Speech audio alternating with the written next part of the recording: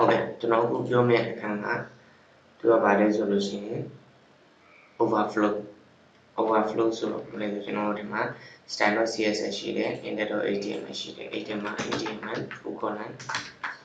5ဆိုပြီးတော့ခေါ်လိုက်တယ်ကျွန်တော် css ကိုတင်မယ်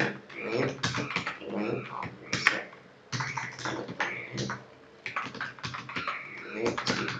style css တင်div ထဲမှာဒီအန်ယူထဲမှာ OI ရိုက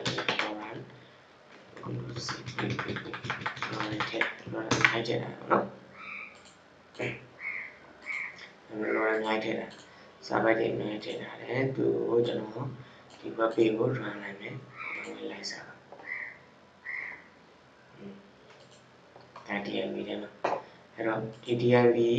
ကိုကျွန်တော် div ကို find ပြီးတော့ဒီဝတ်ဒီရပေါ်တာ 1 solid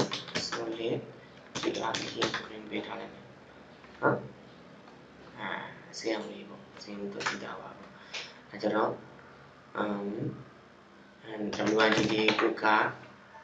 300ပြီ50% with 50% height က height 80 by height က200 ph 200 ph ဒီသူ့ရဲ့ရှိပြီးသားဟာတက်ကိုတော့ကျော်လွန်သွားတယ်ဒါဆိုရင် overflow visible ပေါ့ overflow visible ဖြစ်နေတာလို့ရင်ကျွန်တော် overflow ကိုdisagree ကြည့် hidden ပေးလိုက်တယ်ကျော်ရည်လားမကျော်တော့နော် overflow hidden ပေးလိုက်တော့ဒီဘောက်ကိုကျော်ပြီးတော့သူကလုံးမလို့တော့နောက်ကျတော့အောက်ကိုလည်းဆွဲကြည့်လို့မရတော့အဆင်မပြေတော့ overflow အဆင်ပြေ scroll sc ron scroll စကူလေးဆိုရင်အဆင်ပြေပါတယ်လားနော် overflow scroll အဆင်ပြေscroll ကဘယ်လိုလဲတူလဲဆိုလို့ရှိရင် AUT လို့ auto နဲ့တူတယ်ဘာလို့ auto နဲ့တူလဲဆိုတော့သူကလိုအပ်မှဒီ scroll bar ကိုထည့်ပေးတာပေါ့သူက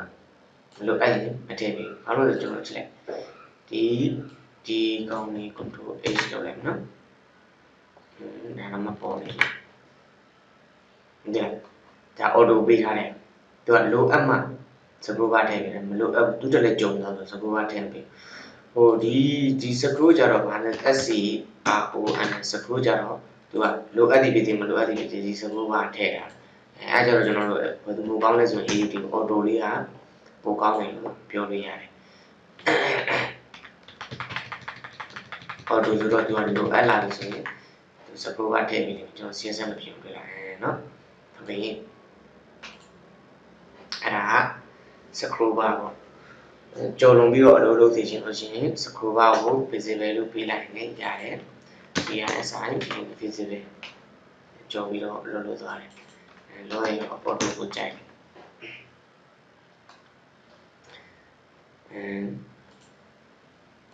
ခုန hidden လေးပြောပြီးเนาะ hidden ပြောပြီးတော့ဒီဆိုရင်ဘာကြမ်းလဲဆိုတော့ scroll overflow ကပါရှိလေ overflow overflow y overflow x ဆိုရှိတယ် overflow y overflow x ကို overflow x ကိုတဲ့ auto ပေးထားလိုက်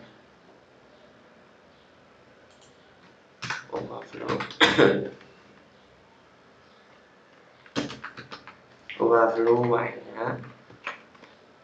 ကထပ်အောက်လေ sc scroll y က scroll x က horizontal ဆိုတော့ဒီဆိုင်တယ်ဒီပဲအတူတူပဲ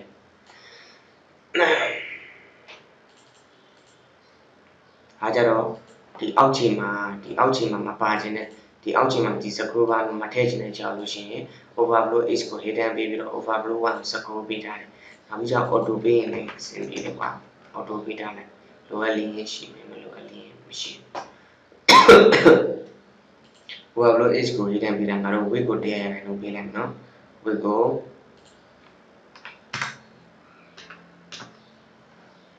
100% ပေးတာ100% ပေးတာတော့သူကဟိုဖြစ်သွားတယ်and overflow x ကို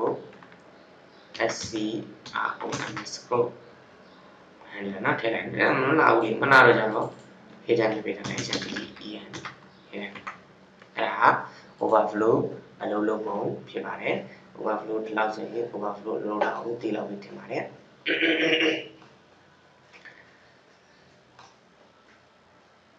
ကျွန်တော်အဲ့ဆို overflow ခံချက်လိုက်ရတော့မယ်ကျေးဇူးတင်ပါတယ်